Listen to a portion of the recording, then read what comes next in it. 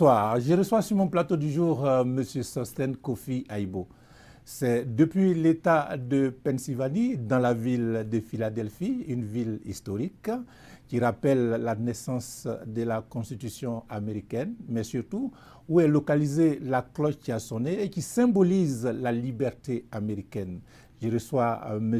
Kofi dans le cadre d'un forum organisé par Ivoire Diaspora USA, une structure qui rassemble les anciens responsables PDCI, mais aussi des militants et sympathisants du même parti. Monsieur Sostène Kofi, je rappelle, est le président du comité de base PDCI de Philadelphie. Il est également le président de cette structure. Bonsoir, Monsieur Sostène Kofi. Bon. Plaisir de vous retrouver. Nous aussi, vraiment avec beaucoup de plaisir qu'on vous retrouve à Philadelphie. Voilà. La deuxième nom de Philadelphie, c'est Brotherly Love City, voilà. Sisterly Love City. Okay. Ça veut dire que c'est une ville d'amour, de fraternité. Donc c'est avec plaisir que pour une fois, tu te déplaces jusqu'à Philadelphie. Ben voilà, c'est le métier. On est toujours heureux d'avoir les frères et de parler avec eux. Amis téléspectateurs, voilà. Alors, je reçois M. Sostène Kofi dans le cadre d'un forum qui est organisé par Ivoire Diaspora USA, une nouvelle structure, qui l'a d'ailleurs porté à la tête de cette structure. On va parler de cette structure un peu. Alors, qu'est-ce que c'est Ivoire Diaspora USA? Bon, Ivoire Diaspora USA, il faut dire que nous avons été quand même motivés par la situation politique en Côte d'Ivoire actuellement. Il ne faut pas qu'on se le... C'est que... vu ce qui se passe avec les menaces qui vont contre le PDCI, les poursuites en justice, la confiscation des logos, l'intimidation de nos cadres et tout ça, nous avons estimé qu'il fallait sortir peut-être un peu de la structure normale avec tout ce qu'il y a comme délégation et tout ça qui... excusez-moi, et qui font du bon travail, ça ne faut pas... Mais on veut sortir un peu de ce cadre-là. Okay. On veut arriver à défendre notre parti partout où on peut aux États-Unis d'Amérique.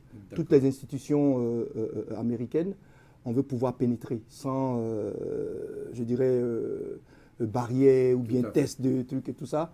Donc on s'est réunis plutôt à Boston. Nous avons jeté les bases de ce mouvement. Et puis, comme ça, bon, ils ont décidé à ce que bon, j'aille à Abidjan et puis essayer de voir un peu la situation, ce que j'ai fait.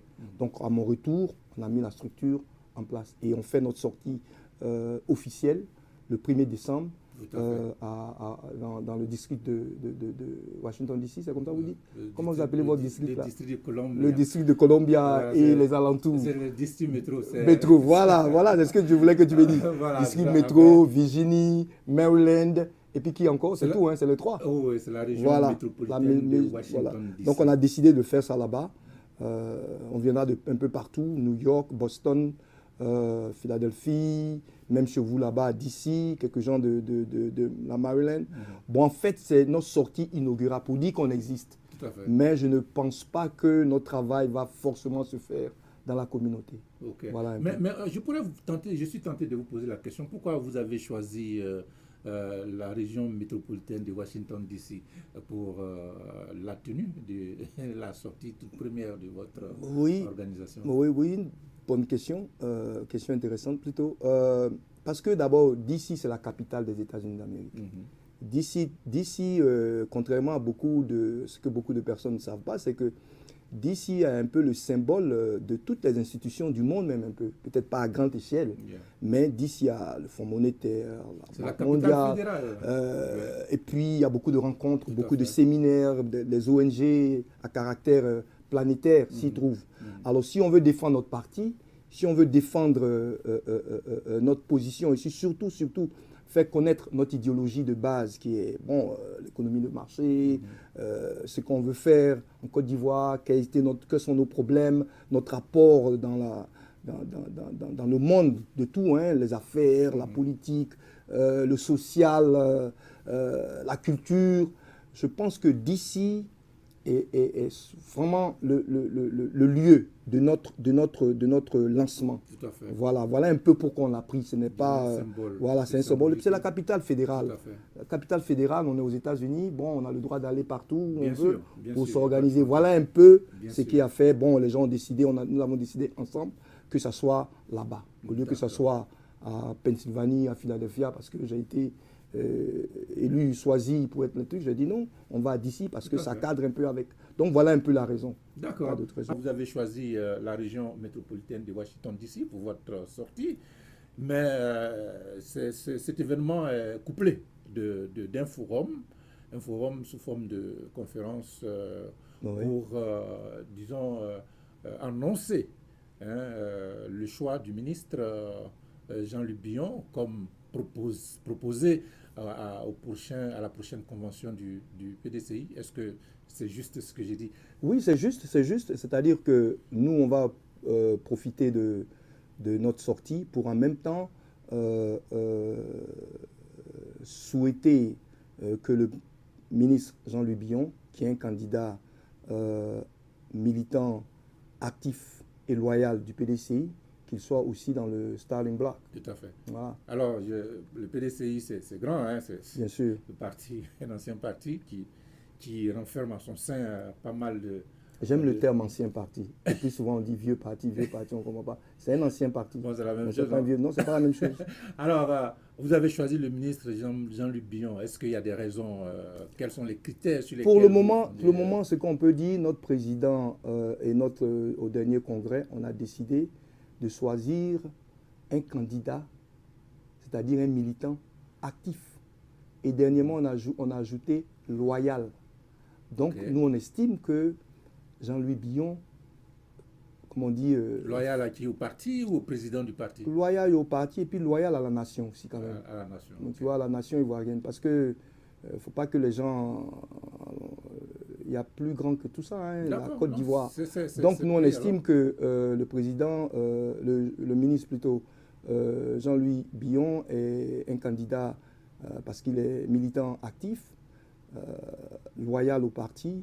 Il mérite d'être considéré à la convention. Voilà, ça s'arrête là. Oui, comme proposer d'autres personnes. Ça aurait pu être quelqu'un d'autre, vous voulez dire? Oui, parce que ça n'a pas été facile à notre sein aussi. Hein. Au niveau de Ivoire Diaspo, on en a eu des débats houleux.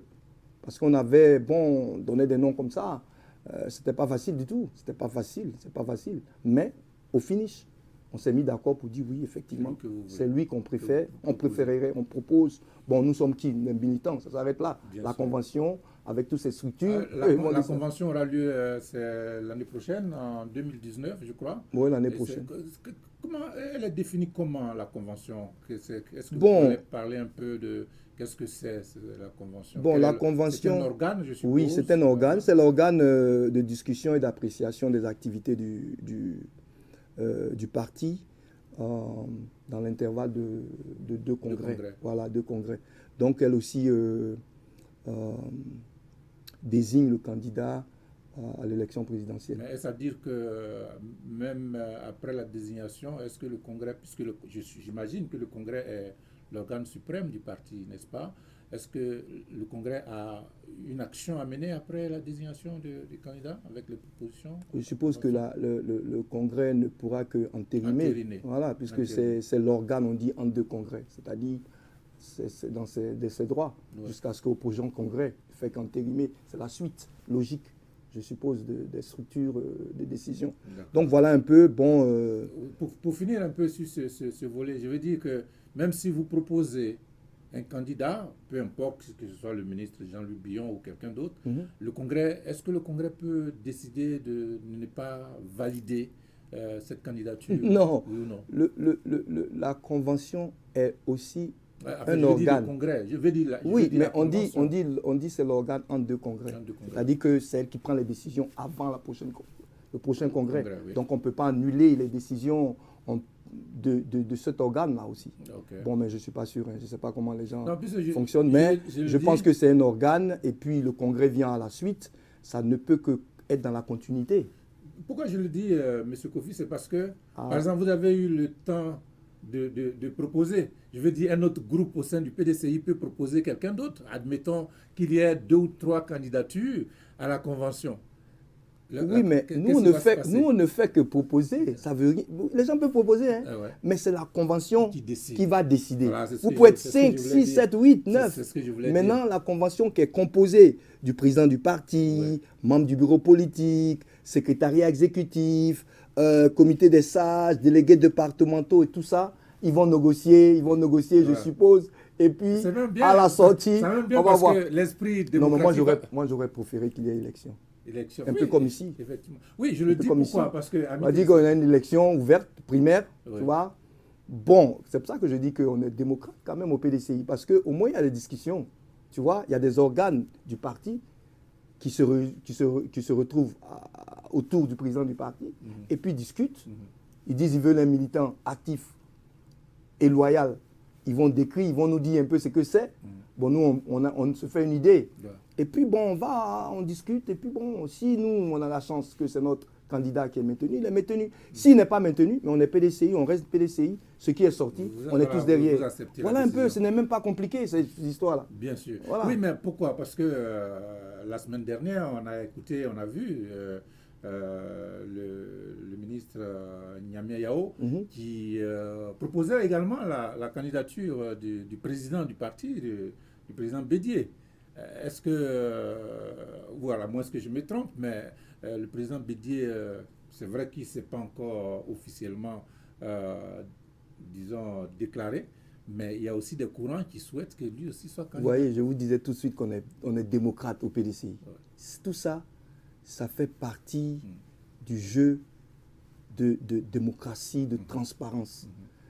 On peut dire que l'autre est jeune, l'autre est âgé, tout ça, c'est pas... Ça dépend de où tu es positionné, où tu te trouves. Maintenant, c'est le jeu démocratique, c'est-à-dire la discussion, la majorité et tout ça qui va à la fin sortir. Donc, ce n'est pas une affaire de Bédié, ce n'est pas une affaire de Jean-Louis Billon, ce n'est pas une affaire d'autres personnes. Même, nous avons un jeune cadre aussi qui est lui-même, il s'est déclaré candidat à la candidature. Je veux dire, tout ça, ça contribue au jeu démocratique. Il ne doit pas avoir de problème, ça ne doit pas créer des animosités, ça ne doit pas créer des trucs. Mais bon, voilà. Oui, mais nous, on a choisi de toutes les façons. Et puis, non, bon, on attend. C'est votre droit. Voilà. C'est votre droit de faire un choix. Je veux dire, je ne peux pas vivre aux États-Unis et puis te mettre dans des compromis. Si on arrivait que le président Bédié était déclaré, ça va être compliqué. Non, pourquoi ça va être compliqué? Pourquoi ça va être compliqué? Bédié, quand même, au PDCI, c'est quand même... non, on ne peut pas avoir Bédié, candidat, et choisir quelqu'un d'autre. Mais pourquoi? Mais ce n'est pas Bédié qui choisit. Oui, mais bon. Mais si c'était Bédié qui a choisi, maintenant on a mis dedans Bédié choisit, le président du parti choisit le candidat. Tu sais pas ce que le test dit. Je vous ai lu le test tout de suite. Tout à fait. Non, mais c'est vrai. Il ne faut pas que nous-mêmes on s'auto-détruit ou bien comment on dit ça, on se ferme nous-mêmes.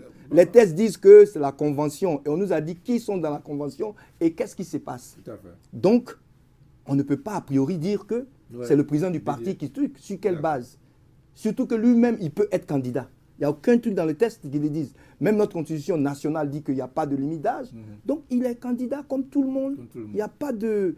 Ça ne doit pas être, comment on dit, problème. Bien sûr. Comment on peut dire? Il n'y a pas de problème. Oui. Moi, je trouve même, c'est ce que je souhaitais, qu'il y ait tout ça. Oui. Voilà. Alors, on va revenir donc à la manifestation au forum du 1er décembre. C'est déjà le samedi prochain. Comment ça va se passer? Bon, nous aurons d'abord l'allocution officielle. Nous aurons une conférence sur le thème de l'enjeu de la politique africaine de l'administration Trump, la politique africaine de l'administration Trump. Sera prononcé par un ancien sous-secrétaire américain pour les affaires africaines, l'ambassadeur Herman Cohen, qui nous a fait comment on dit ça, nous a rendu l'amitié, l'honneur au PDCI qu'il connaît aussi, à la Côte d'Ivoire qu'il connaît et à l'Afrique qu'il connaît en général, de nous faire cette conférence. Nous aurons aussi des amis de la Côte d'Ivoire qui ont connu le président Félix Houphouët-Boigny et qui sont aujourd'hui, bon, d'un certain âge, mais qui ont des cabinets de public relations, et qui ont aussi des trucs qui ont décidé de venir nous supporter dans ce qu'on est en train de faire. Bon, il y aura ça, et puis après, on aura un cocktail, et puis c'est tout.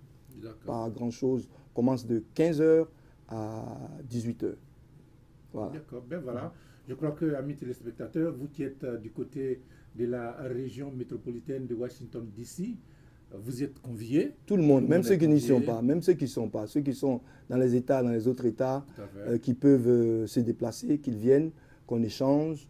Et puis, de manière fraternelle, je profite aussi pour inviter, bien que je l'ai fait de manière officielle, la délégation générale de PDCI. Washington, D.C., ouais, du PDCI à Washington, D.C., le camarade Yeboah Patrice. Donc voilà un peu. Au PDCI, on dit camarade, c'est compagnon? Non, on ne dit pas. Bon, ami, compagnon, c'est la même chose. Nous, on est de droite, on n'est pas des. Je vous taquine. Ils sont de bonne guerre. Compagnon, oui. Bon, nous, on dit. Moi, je dis. Mais je pense que quand on est militant, même. Militant veut dire quoi? Militaire. Donc on est camarades, on est tout. On est des frères. C'est un peu comme aux États-Unis, la fête du travail n'est pas célébrée en mai, mais célébrée. Amis téléspectateurs, voilà, comme je vous le disais, vous êtes tous conviés. Il a dit, Monsieur Sostène Kofi Aibo, il a dit, vous êtes conviés à cette